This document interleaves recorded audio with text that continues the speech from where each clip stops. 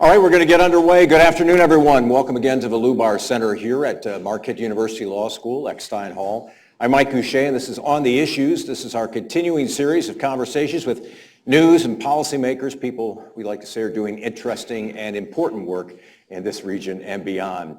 Today we are joined by Joan Biskupic. She is a CNN legal analyst at this moment in time, but she has covered the U.S. Supreme Court since 1989 for publications like the Washington Post, USA Today, Reuters.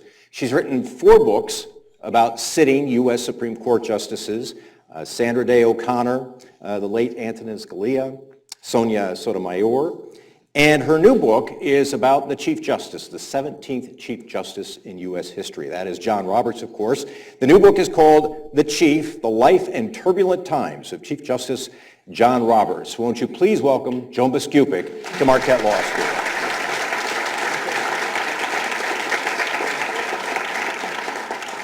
I should say welcome back because Joan is a Marquette grad. I don't know if all of you knew that or were aware of that. From undergrad, yeah. J school. Yeah. She got her law degree at Georgetown, so but we won't hold that against her, of course. I want to begin by asking you about the challenge of writing a book about the chief. You've written about other Supreme Court justices. How challenging was this one? I have said that he was my most difficult subject, start to finish, and probably then some. So he was so unlike Justice Scalia, who I spent 12 on-the-record interviews with, and he just couldn't stop talking. And I enjoyed that, and that was quite helpful in learning more about him. So the chief was a reluctant subject. He did let me come see him, but we engaged, and I saw him a total of 8 times over more than 20 hours, and there was always a negotiation of what I could use, what I couldn't use. And each time I met with him, I saw a different side of him. It wasn't always the same side. He's a very reserved individual. As most of you know, he is from the upper Midwest. He grew up in northern Indiana. And he's learned to be a very public figure in his presentations when he was a lawyer before the Supreme Court, and then obviously as first a lower court judge and then a Chief Justice. So there's a lot that you see, but much more that's held back by him. I think so you quoted somebody in the book, Joan, as saying that he's an introvert who's learned how to be an extrovert. Yes, the man who said that was David Lebron, who's now president of Rice University, and he was the president of the Law Review, the Harvard Law Review, when John Roberts was the managing editor. And David Lebron is a different sort of fellow. I mean, they're both super smart. They both went through Harvard undergrad in 3 years, and then they were on the Law Review together. And David Lebron had chosen John Roberts to be his deputy, in effect, the managing editor of the review, and he was struck by a couple things: that what his persona was really like, the fact that he was actually reserved, but he had to deliver, and then also that he was a victim of many patterns, down to the ice cream sundae he ordered every day while they worked on the Law Review.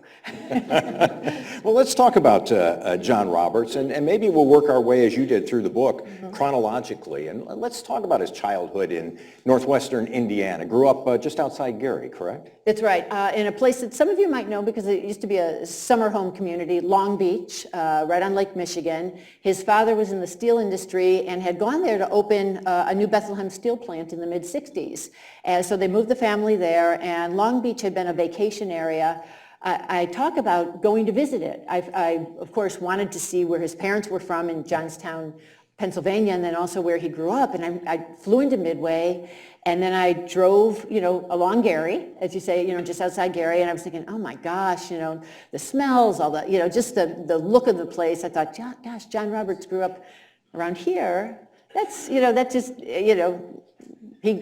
he came from something there. But then when you get to Long Beach, it's like this oasis community, beautiful, just beautiful, right there on the lake. And he lived with 3 sisters. He was the only boy. He was the second child in the family, went to Catholic schools, and instead of going to a Catholic high school, as most of the boys in his community had gone to, he went to a very elite boarding school called La Lumiere that he was lucky had just opened right after the family had moved there. And the one visual you see when you start this book is this letter that he wrote. Is it okay to quote something Yeah, from that? absolutely. Because this is, I felt like this letter, when I had known that it had existed from his 2005 confirmation hearing, because the school had made parts of it available. But when the first time I went to Long Beach, Mike, I stopped at La Lumiere, the school, and under glass they had this letter that John Roberts had written in December. It's a great letter. It really is. On It's December interesting. 22nd, 1968. You know, a lot going on in 68 all over the country, including in Chicago, where he's just, not too far from, in Detroit, where he's not too far from.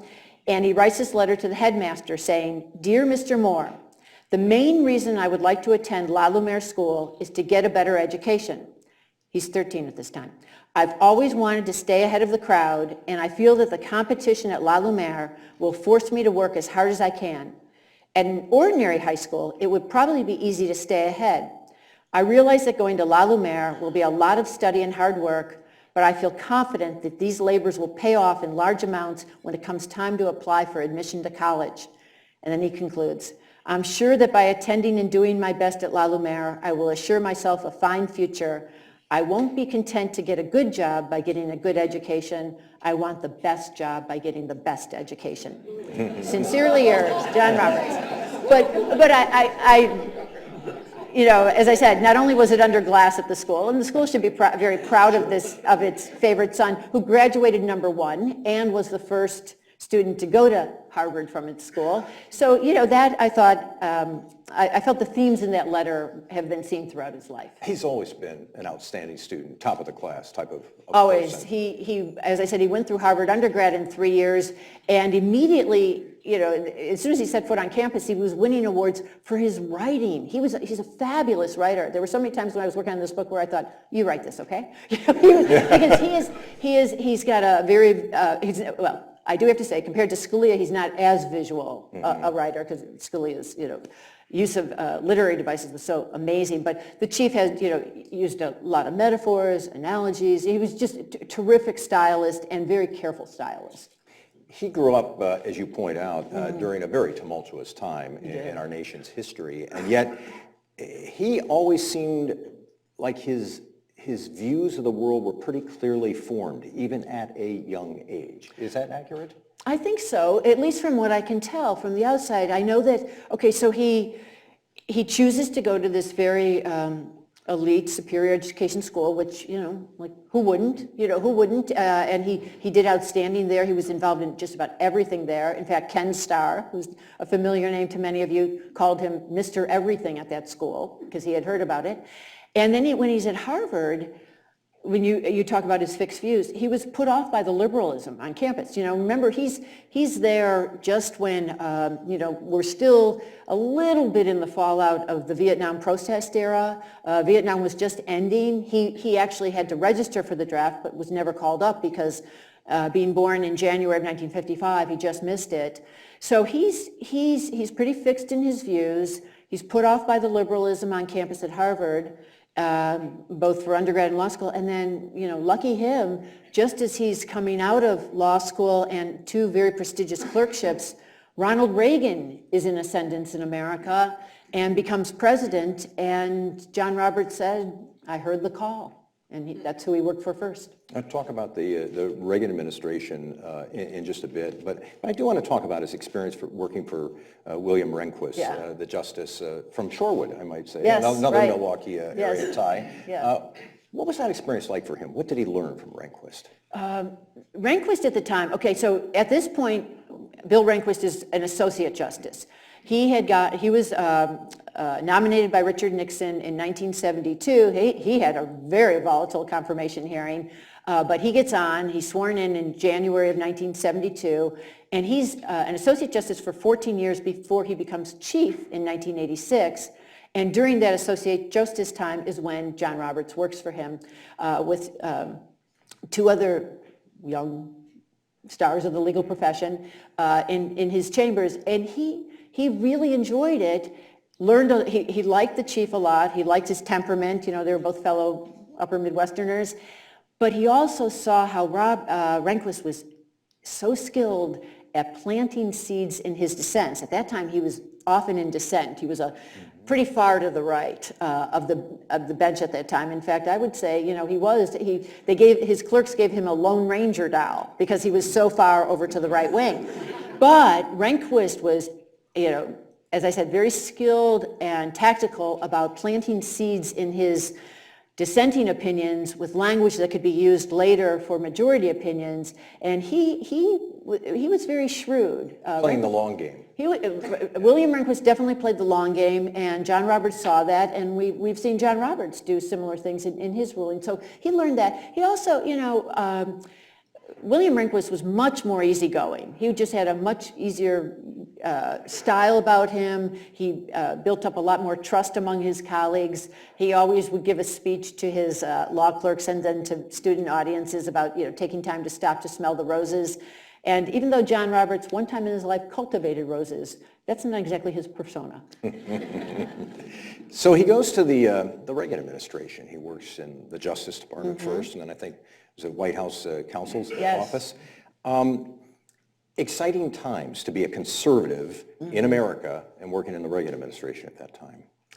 In fact, you almost just picked up language that he had used. He wrote to when John Roberts first went over to the Reagan administration in 1981, he wrote a letter to one of his other judicial mentors, a man by the name of Henry Friendly, who was a very distinguished judge on, I see some nods, yes, based in New York on the U.S. Court of Appeals for the Second Circuit.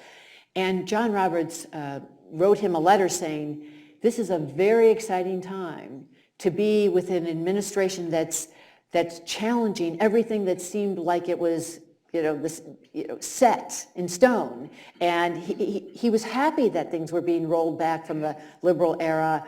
And he said just about everything's being challenged, and from criminal law to the culture wars. And he liked being there, right there at the scene. What did the people who worked in the Reagan administration think of him? Was he someone who quickly got their attention? Immediately. Let me see if some of you remember some of these individuals. First of all, it was Ken Starr. I don't need to explain anything. I could tell from the reaction that everybody knows who Ken Starr is. Ken Starr at that point was an assistant to Attorney General William French Smith. They had both worked together themselves at a law firm based in L.A., Gibson Dunn. And Ken Starr was in effect the chief of staff to the Attorney General. And so he was there, Edwin Meese was there, a man by the name of Fred Fielding was there, and anyone who John Roberts crossed paths with seemed very impressed with him. First of all, he was super smart, he was fast, he was a superior writer, and he got into it during his, we won't jump ahead yet to the confirmation hearings, but he has at times portrayed himself as just, following the rules of the people who were running the place and just kind of falling in line with the Reagan agenda. But he embraced it, and they saw that, and they liked that about him, and he would take it a step further. And so he joins the administration right after his clerkship with William Rehnquist, and we're just into fall of 1981, and by December of 81 and January of 1982, he is writing these very vigorous memos to Attorney General William French Smith, trying to buck him up, saying, this is how we have to scale back the Voting Rights Act of 1965. These are the talking points you should use. You should, say this and this and this against our adversaries, such as then Senator Ted Kennedy, a Democrat who was fighting them on some voting rights issues. So he was so enthusiastic and loved the work, not only did he like the substantive work, but he was great at writing up talking points, watching what the reporters were doing. I think a lot of people think of John Roberts as wanting to separate himself, certainly from politics, but also from the media. But he has long been a student of the media and what will get attention in the media. And he had strongly held, as you point out, Joan, strongly held views even then, at that time. And it was still a pretty young man. Definitely. So this was, this is 81, 82, and he's born in 1955. So we've got a guy who's just in his mid-20s. I think it was like 26.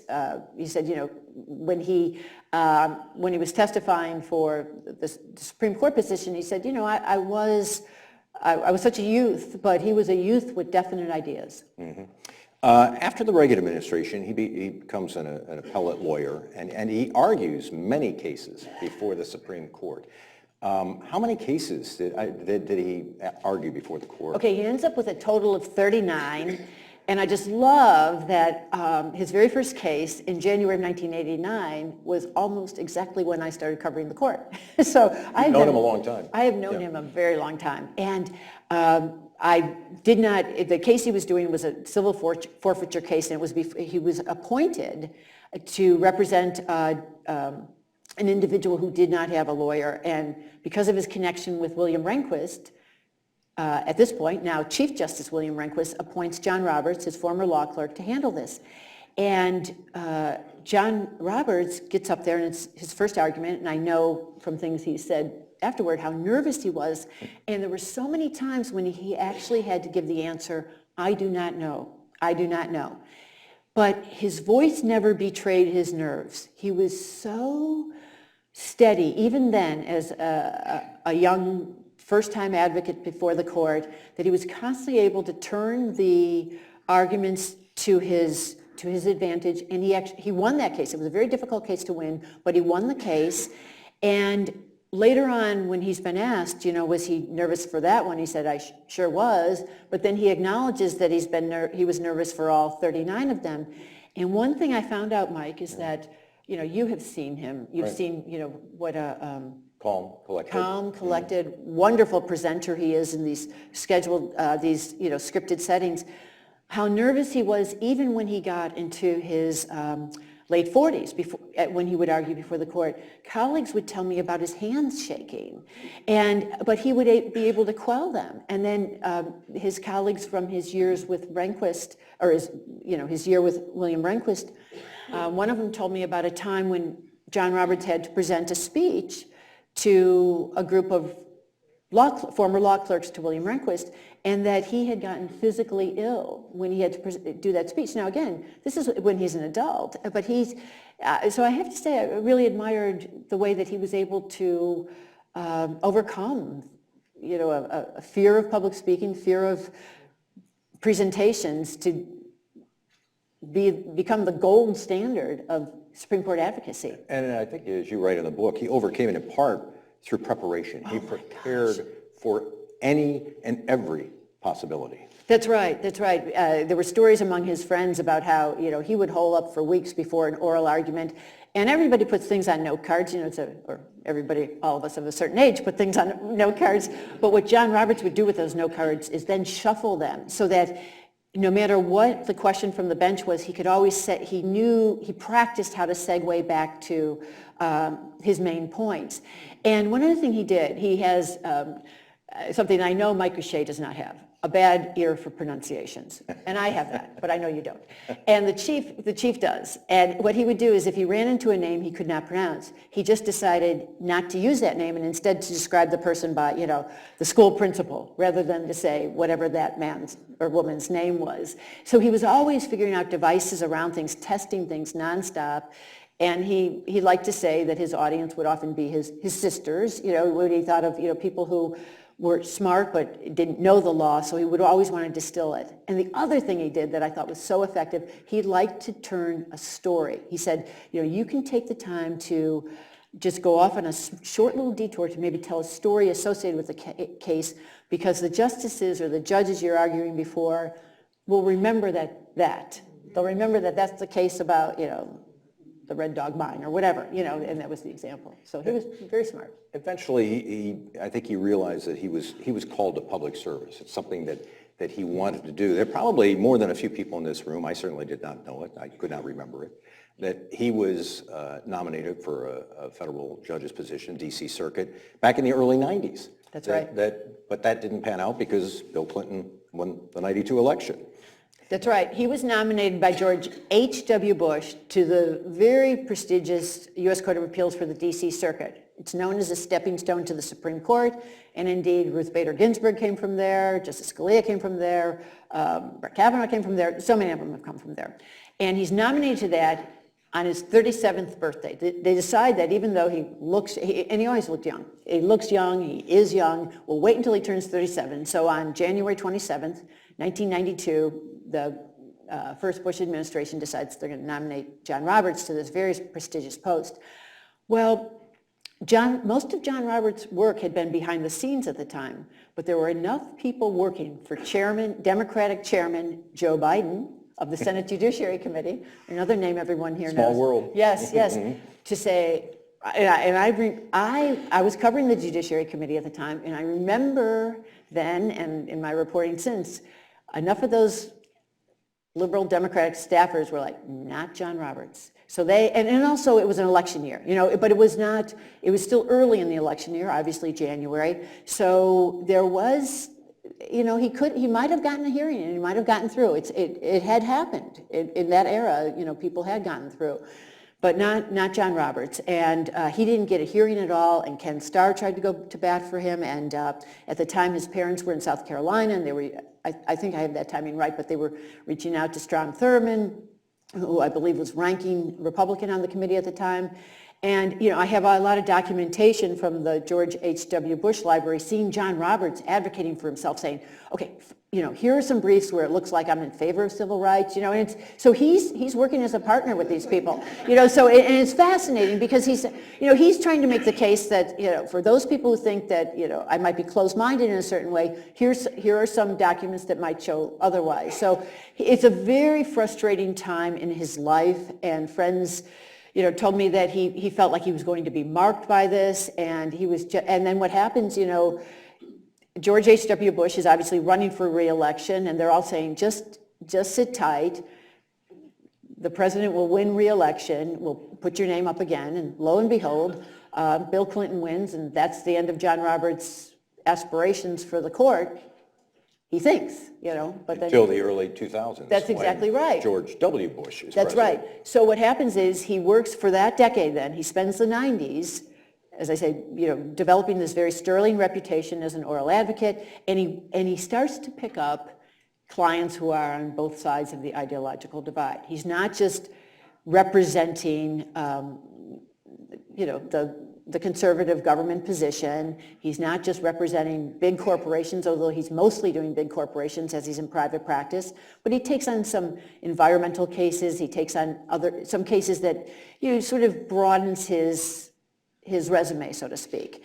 And he makes a lot of friends on both sides of the Supreme Court bar and the Washington legal establishment.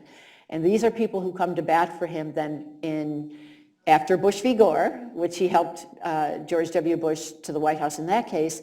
He's nominated once again for the U.S. Court of Appeals for the D.C. Circuit, but this time by the son. And it actually takes a while. He's nominated in May of 2001, and this is sort of 9/11. Yeah, but even right before 9/11, the Senate at this point, when he's nominated, happens to be Republican dominated, but here's a little known fact that, frankly, I bet you remember, Mike, but a lot of other people won't remember. Jim Jeffords in late May switches parties. And all of a sudden the Democrats become in the majority party for a while, for about a year or a little more, and so nothing's happening on John Roberts' nomination, nothing's happening on many of the Court of Appeals nominees, and then 9/11, exactly right, and then finally he gets on in 2003. But lucky him, as I say, he's fortunate. Even for his hearing, he's with two more controversial nominees to the Sixth Circuit at the time. So nobody's paying any attention to him there. Jeff Sutton, has Jeff Sutton ever visited here? He's a great U.S. Appeals Court judge on the Sixth Circuit, and he was a more controversial nominee. So it's like all the Democrats on the committee, Senate Judiciary Committee, aimed their fire at Jeff Sutton. And John Roberts got a couple fairly easy questions. What did you do in the Reagan administration? Not much. So, and then that was it. So it was not a very probing hearing, I should say. They say sometimes in life timing is everything, and it gosh. definitely was the case for John Roberts when he is nominated to be a Supreme Court justice. You had different things happening in the court that time. William Rehnquist's health was becoming a serious issue, and then lesser known at the time was that Sandra Day O'Connor's husband was battling Alzheimer's, and she was thinking about retirement. And all of these things seemed to come together at a certain moment, and it ended up ultimately having John Roberts become a Chief Justice. That's right. Okay, so the George W. Bush administration has spent its first term, 2000 to 2004, interviewing many candidates for the Supreme Court. And they don't even think of John Roberts because he's just barely gotten onto the D.C. Circuit. So they're interviewing people like Mike Ludig, who's now Boeing general counsel, but then was a federal judge. They're interviewing Samuel Alito. They're interviewing, Judge Amelia Garza, I think it was, down in the Fifth Circuit. All people who had reputations as solid conservatives. Edith Jones down in the Fifth, but not John Roberts. And lo and behold, there is no opening, 2001 to 2004 at all. But we get to 2005, and John Roberts has now been on the D.C. Circuit, as it's called, for about 2 years. And nobody knows that Sandra Day O'Connor's husband is as ill as he is. I mean, obviously the family does, and some people at the court. People aren't sure what's going through her mind. They think she's going to stay. But everybody knows that William Rehnquist at that point is battling thyroid cancer. And I just have to salute my sister-in-law, Carrie Biskupic, who is here, because on July 1st, 2005, when I was almost done with my biography of Sandra Day O'Connor, which was my first, she announces, catching us all off guard, and my sister-in-law, Carrie Biskupic, flies out to Washington and helps me finish this book, racing through. But everything's in turmoil, because suddenly it's not William Rehnquist who's announced he's leaving, it's Sandra Day O'Connor, which is the only way that the Bush administration focuses more on John Roberts. They're thinking we need someone who has at least a little more moderate reputation. And at this point in John Roberts' life, as I said, he's been embraced by a lot of lawyers in Washington on both sides of the ideological divide. He has only been on the D.C. Circuit, not since 1992, but only since 2003, so he doesn't have a really difficult paper trail. And first the administration goes through this thing about, do we need a woman to replace her? And frankly, they had not interviewed. I said Edith Jones, but Edith Jones was not on their short list. They had only men on their short list. And George Bush was like, we cannot, we have Sandra Day O'Connor to replace here. We can't, let's go interview some women. All right, everybody, go interview some women. So they interview Edith Clement and another early George W. Bush appointee. And they don't work out. They're not very good interviews. And as George W. Bush recounts of meeting John Roberts for the first time, he talks about his 2 children. He uses the umpire metaphor, perfect for a man who had owned the Texas Rangers baseball team. He says the president says, his head was turned. He saw. Be a good leader. Oh my gosh. He says, I was glad to have the former president's memoir to use to talk about what he sees. So John Roberts is nominated in mid-July of 2005. And there's this great rollout, and it's for the Associate Justice seat that Sandra Day O'Connor is about to vacate. And he starts meeting with senators, some who like him, some who don't like him, but he's putting on a really good show. And then, lo and behold, September 3rd happens, and that's when Chief Justice Rehnquist dies.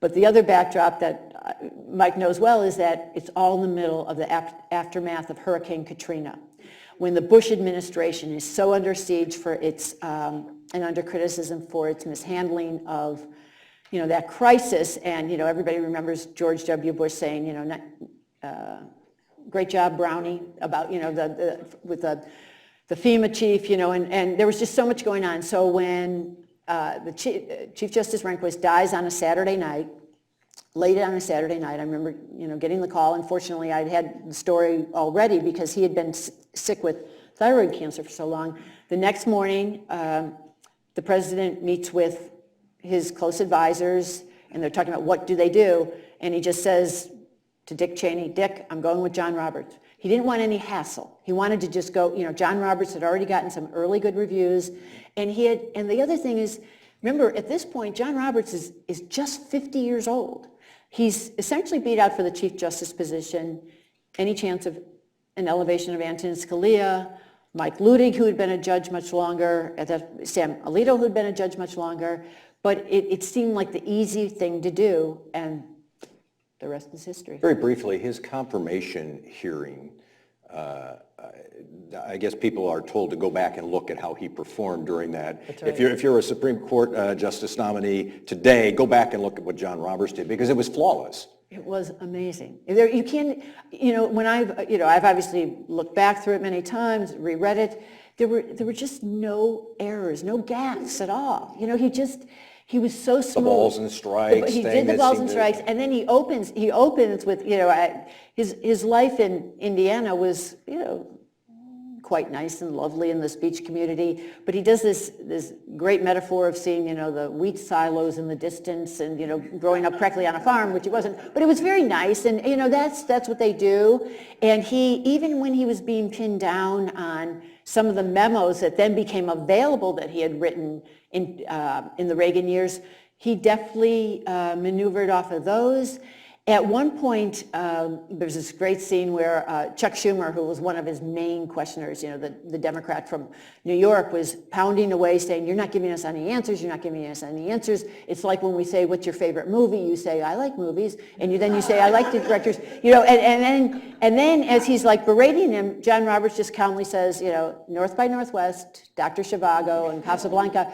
And then I believe it's Arlen Specter in the chair at the time, he just gavels it down, and Schumer's like, but I had another question. He's like, too late, pal. But it was, everything. That's why Democratic and Republican nominees since have all been told, just go watch those tapes. So let's talk about the kind of justice he's been and his leadership on the court. And we'll focus on several key areas. First of all, let's talk about his attitude toward racial remedies, towards racial balancing, towards whether the law should be colorblind. He's had a strong opinion about this throughout his entire career, and we've seen that on display several times during his tenure as justice. We have, and this is one area in which I say, I don't think he's going to compromise in the near future. He's in this new position at the ideological center of this reconstituted Supreme Court, and so people are looking to John Roberts to say, will he inch to the left on things? And I think he will inch to the left on some issues. But race has been one where he has always been predictably on the very conservative side. He thinks racial remedies like campus affirmative action or various voting rights provisions do more harm than good. He thinks that they can be debilitating, stigmatizing, and he thinks that they just fly in the face of the equality guarantee of the Constitution.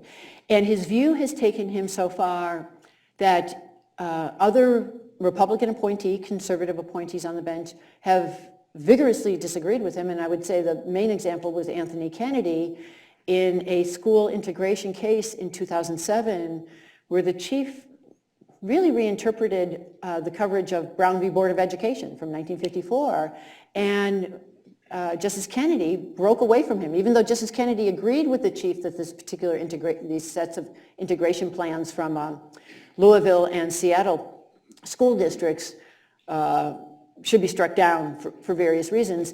He said, you're not heeding the mandate of Brown, and we can't, we haven't changed as much as the country needs to change. Things are different than you're portraying.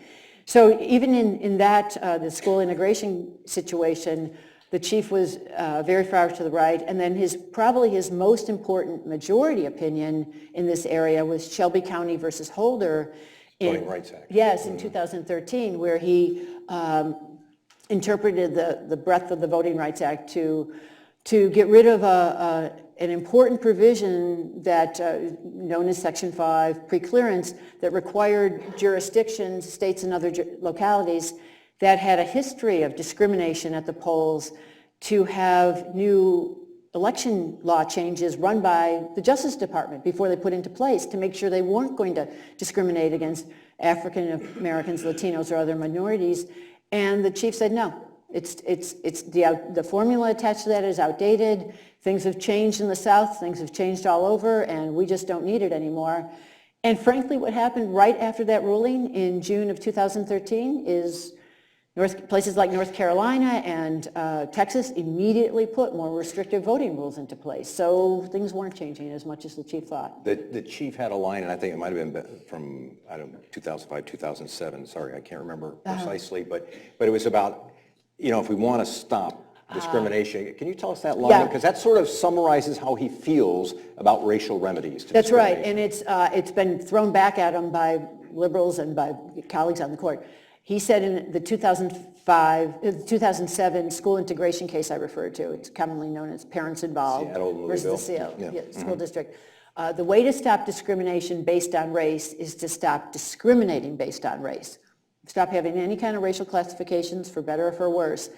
And he invoked that mantra then, and several justices, including Justice Stevens, perhaps it would be predictable that the liberals would not like that, but there are plenty of people in the middle of the road who thought that it's a misguided view, and it came to a head in terms of the behind-the-scenes tensions among justices in a 2014 case where in which Justice Sonia Sotomayor was on the dissent, and it was another racial classification case out of Michigan.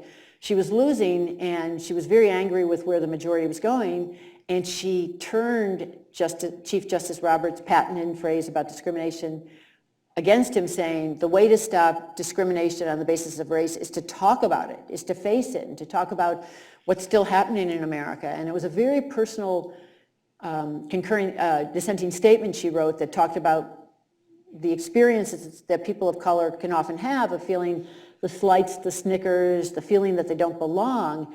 And the chief was so mad that she wrote that he broke from his usual pattern and wrote a separate concurring statement. He typically will just sign a majority opinion and he rarely will write a separate dissent or separate concurrence. It just isn't his way. He tends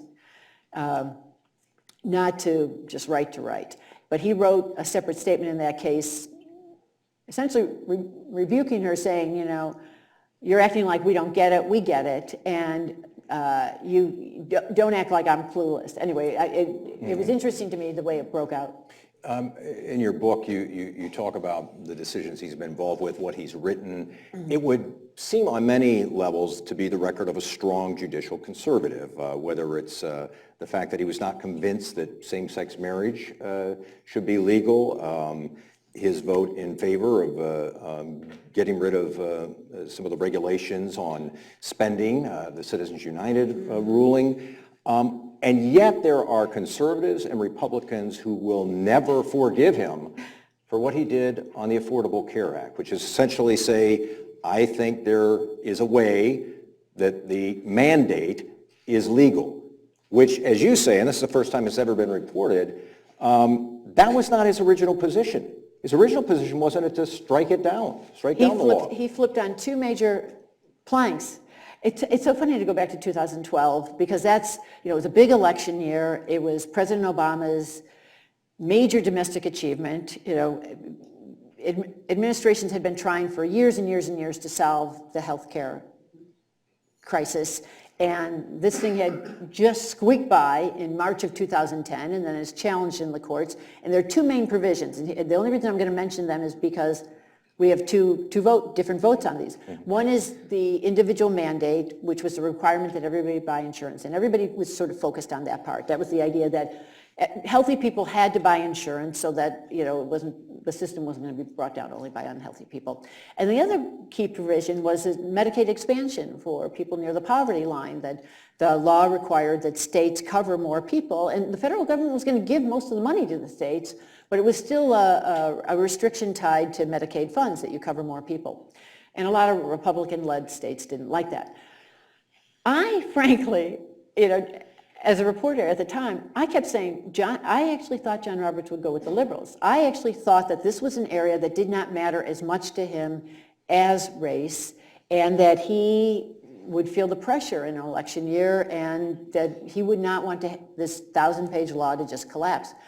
Well, I was actually wrong, because even though in the end it looked like he did vote to uphold it, behind the scenes he had first voted to strike it down, and he had voted to uphold the Medicaid provision that they end up striking down. So he flipped on both, and I detail how that all happened behind the scenes, and I also detail how after he can't get Justice Kennedy to work with him, and at that time Justice Kennedy was the man in the middle who was always working to help find a compromise, and that the chief usually could count on trying to bridge the gap between right and left.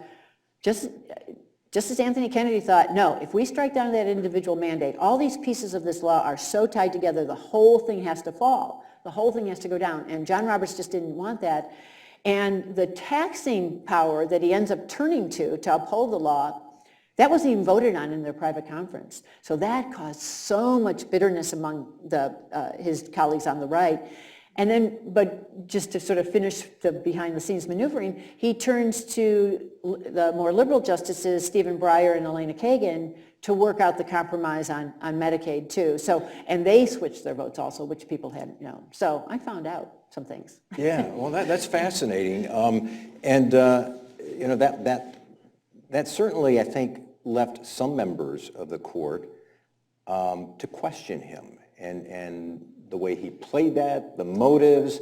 Did that do permanent damage to the relationship among the justices on the court? I have to say that I had been picking up for years through my interviews for the Scalia book that I published in '09, and then the Sotomayor political history. It wasn't really a straight bio, but it was more a political history that I came out in 2014. I had been picking up some tensions and feelings of distrust, questioning whether he was an honest broker.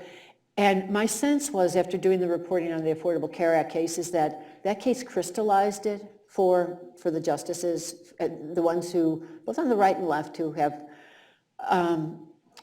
some problems with knowing if the chief is a straight shooter on some things.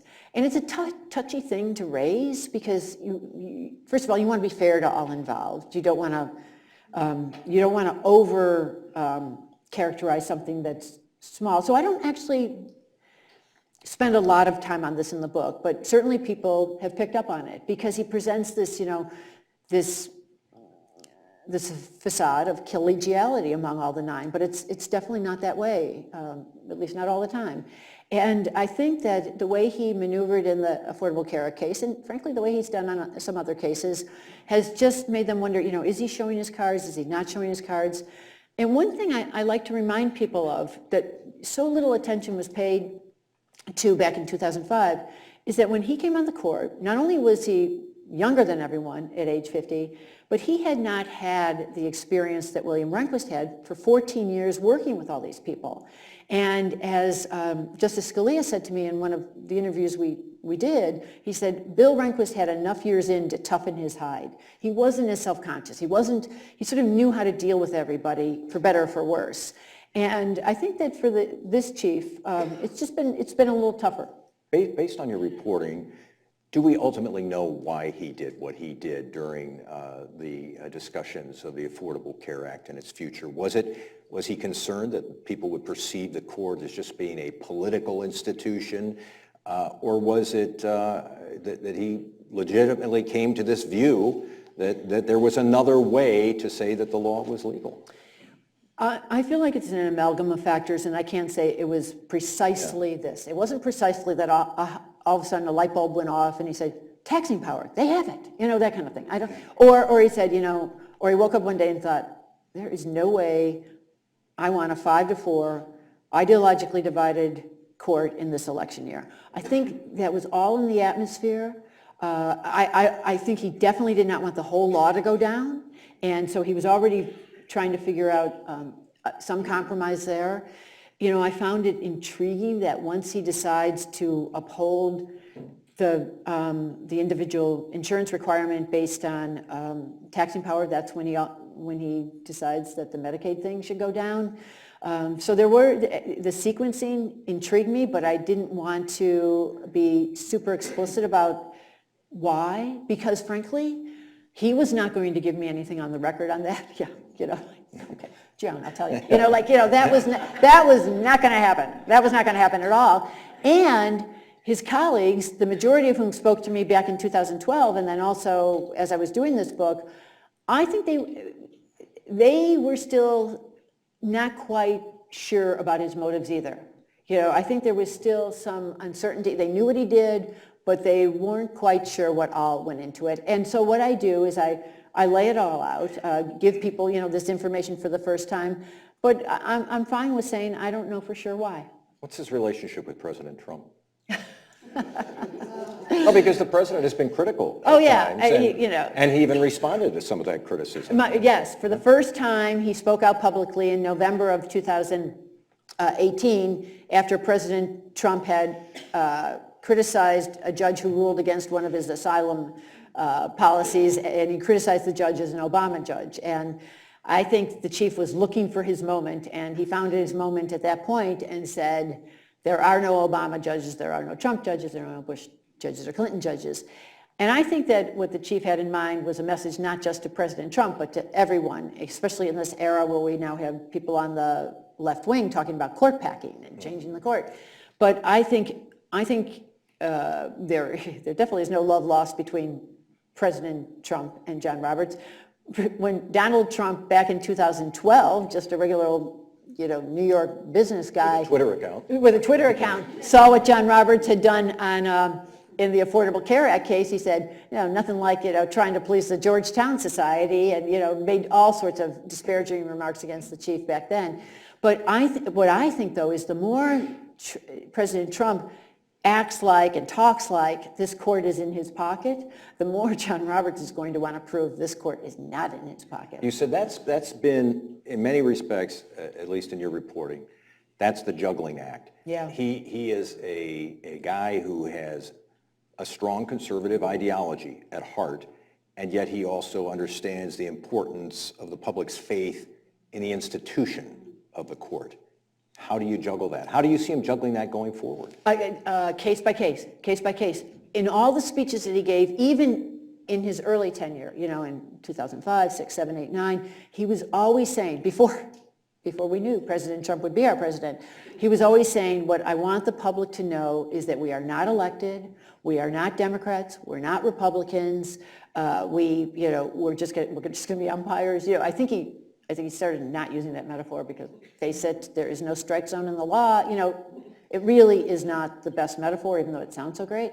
But, because there's judging in these judgments. Things aren't black and white. The Constitution and statutes have to be interpreted. But he wanted to make sure people understood that the third branch is different. So this was a really important message that he was giving even before Donald Trump, even before the tumultuous Brett Kavanaugh hearings. So I think he's going to keep saying things like that. But he's also stuck with the fact that he essentially has a 5-4 court that is divided based on presidential appointments and the parties. All the 5 Republican appointees are the most conservative. The 4 Democratic appointees are the most liberal. So, I remember when he was saying, when he made his statement about how there are no Obama judges, no Trump judges, I immediately went on CNN and, the anchor would say, but you're always talking about who appointed them. And I said, well, the reason I talk about who appointed them is because these presidents do ideological screening. They want people who will vote in the mode that they advocate, but it's not automatic. And that's how I felt President Trump was portraying it, and I think that's how he continues to portray it, is that if I appoint you, you are an automatic vote for me. If you're an Obama judge, you're an automatic vote against me. If you're on the Ninth Circuit, you're out of here. That's kind of how he talks, how he's targeted the judiciary, and that so offends the Chief Justice that he is going to try to do his best to counter it, but he's got the 8 associates he's been dealt. My final question, we'll take just a couple from the audience.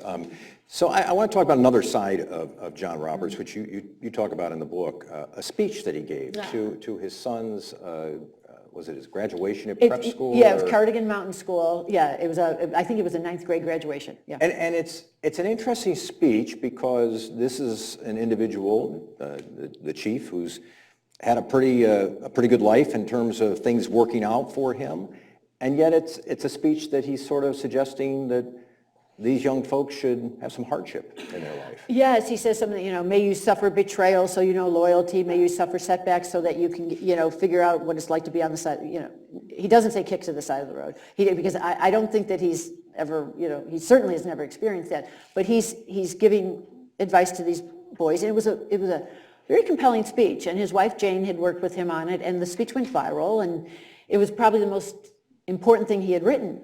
And what people have asked is, along the lines that you've asked, is did he suffer many setbacks? What were the things that disappointed him in life? And I would often ask people close to him, what went wrong? And frankly, there were very few things that people could offer.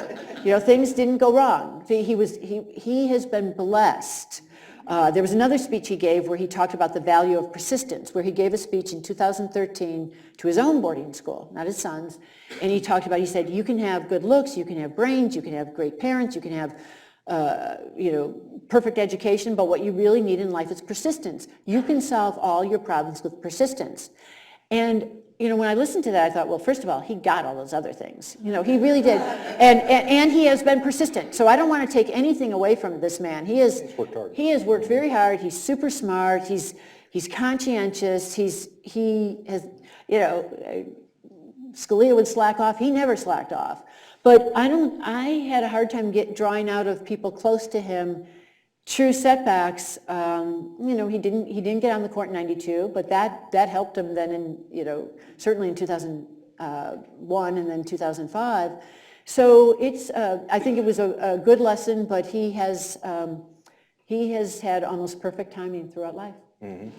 Let's take a few questions from the audience. If you're in the seating bowl, you press down on that little black box there. Just keep your finger down on there. We'll all be able to hear your question. If you're seated in the back, Ryan, the gentleman over there, has a microphone. He can hold it, and you'll keep your questions brief, I'm sure, so that we can get to as many as possible. So just raise your hand, and we'll take a few questions. We'll start over here. Yes, sir.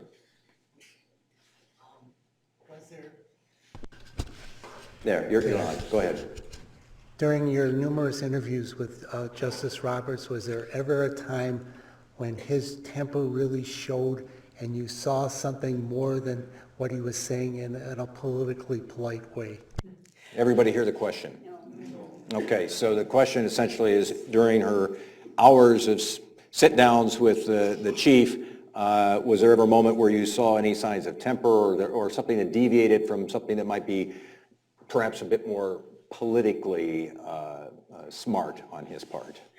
I hope that's close. Yes, no, it is, and it's an excellent question, but it's also a question that I'm going to tiptoe around a little bit because so much of it was off the record. But let me just say this, is that I saw many sides of him. I saw many, many sides of him, and I also felt like he had a mission in these. So many of his colleagues would say, why do you think he's even meeting with you? Because he is so careful and controlled.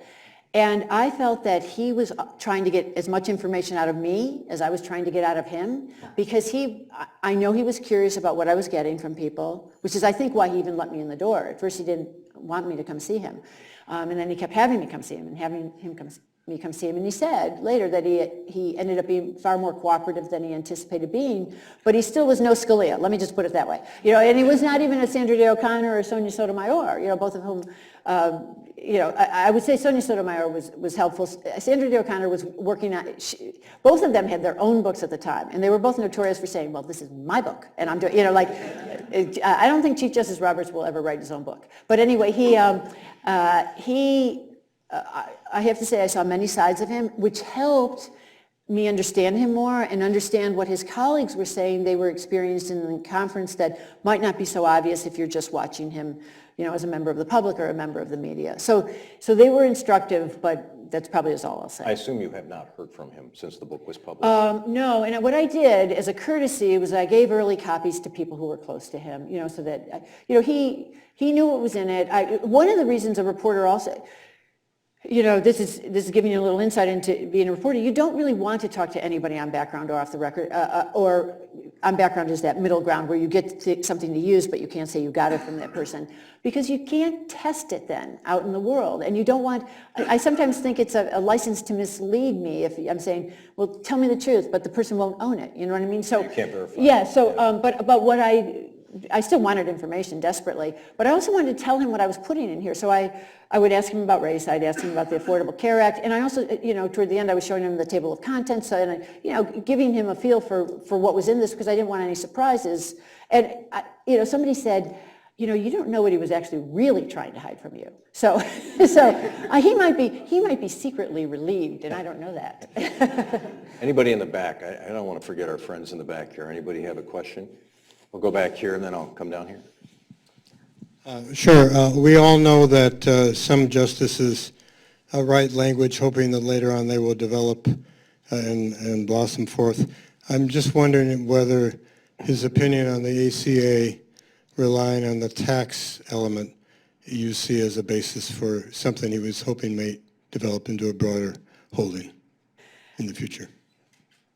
That's a great question because it's about, was he planting any seeds for something future in the relying on the taxing power? I think that's not one that springs immediately to mind. I was thinking more in the Voting Rights Act cases where in 2009, in the one from Northwest Austin, he planted the seeds for what he was going to then rule in 2013. Probably the stronger ideological and constitutionally based argument in that ACA case was what he wrote about the power of Congress to regulate interstate commerce. Remember, that's where he stuck with his conservative brethren to say that the individual mandate cannot be covered by that. And that, could perhaps go further. It'll be interesting to see with the current Affordable Care Act litigation that's marching toward the court that has that very strong taxing component that you refer to because of Congress changing the tax penalty, how that might play in now.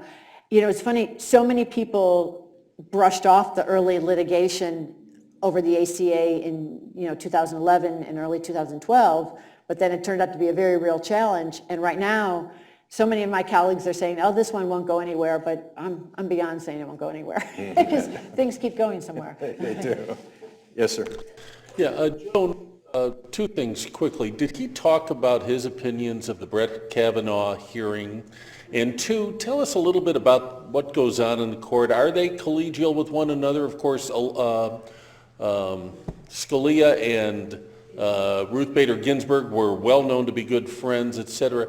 Can you get into that a little bit? Sure. They're like any other group of 9. They have their little subgroups, and I think they all watched parts, not all. I think half of them had to turn off that Kavanaugh thing because it was like traumatic, frankly, for them. Because they were seeing it. It was painful. He knew Brett Kavanaugh socially. He still knows him. They were old pals. They had known each other from the George H.W. Bush years, and then they are in similar circles in Washington, D.C., belonged to the same club, had played poker together. So he, I'm sure, had some fellow feeling there, but was also probably, and again, I'm just speculating on what I'm telling you right now, is that, aghast at how things looked for the court as a politicized institution, because he had said around the time of the Gorsuch hearings in 2017 that people watching these volatile hearings are going to think that anyone who gets on the court is as politicized as the process that delivers him to that court. So I think he's very fearful about that. But then in terms of relations, they run the gamut, and there are different little pal ships. Justice Kennedy, first of all, Justice O'Connor was real social glue when she was there, and she was very good friends with Justice Breyer, and she was really a dear friend of the late Justice Powell, and I used a lot of his papers to understand her. On the current court, Elena Kagan is always trying to make friends of everybody because she is as wise as any of them up there in terms of trying to keep relations going. As I know, some of the people in this audience heard her talk about going hunting with Scalia, another odd couple, so to speak. So. But then you have some who just go off and do their own thing. Clarence Thomas is actually a very friendly person, one-on-one, but he lives out in rural Virginia, and he just goes out there and often, telecommutes when the court's not in session. Sam Alito has a second home now where he goes off. They didn't choose to be together. They were all appointed by, in different situations, but they are very aware that they're appointed for life, and so there's an incentive to get along. Final question. I've got about a minute here. Any cases we should be keeping our eyes on as we move towards summer? Yes, the one that in late April we'll have one argued that's testing the Trump administration's effort to put onto the census questionnaire a citizenship question. I would say that's going to be a real test of this ideologically divided court. So we'll have that one coming up. Also see what they're going to, these justices, led by the chief, not wanting to enter into difficult areas, have been sitting on several cases testing whether Title VII of the 1964 Civil Rights Act covers discrimination on the job based on sexual orientation or gender identity. It's like they don't want it, but there are conflicting rulings out there in the circuit, so that's another one to watch. And then, of course, important to Wisconsin, the partisan gerrymandering case. But I'm one of those people who are predicting that the chief will do what he did in the Wisconsin one and not want to say that that the court will go there. Now, of course, he did it on legal standing issue for the Wisconsin one last year, but with the pending ones from Maryland and North Carolina, I just do not see him opening the door wide to those. Interesting. Yeah. I'm going to wrap things up there. Before we go, just a couple of small matters. First of all, if you're interested in purchasing a copy, a signed copy of Joan's new book, The Chief, again, our friends from Boswell are right outside here in the atrium area, so just let them know of your interest and they'll be able to take care of it. You can settle up with them. Also, I wanted to mention that tomorrow we release the next Marquette University Law School poll. We have a few seats available for that, so if you're interested and you can't get enough politics, and who can't, please come and join us. Charles Franklin, the poll director, will be here with me breaking down the results for us. Having said that, again, we always appreciate your interest, your attention, your good questions, and so we thank you for that, but most of all, we want to thank Joan Biskupic for being with us today. Thank you very much.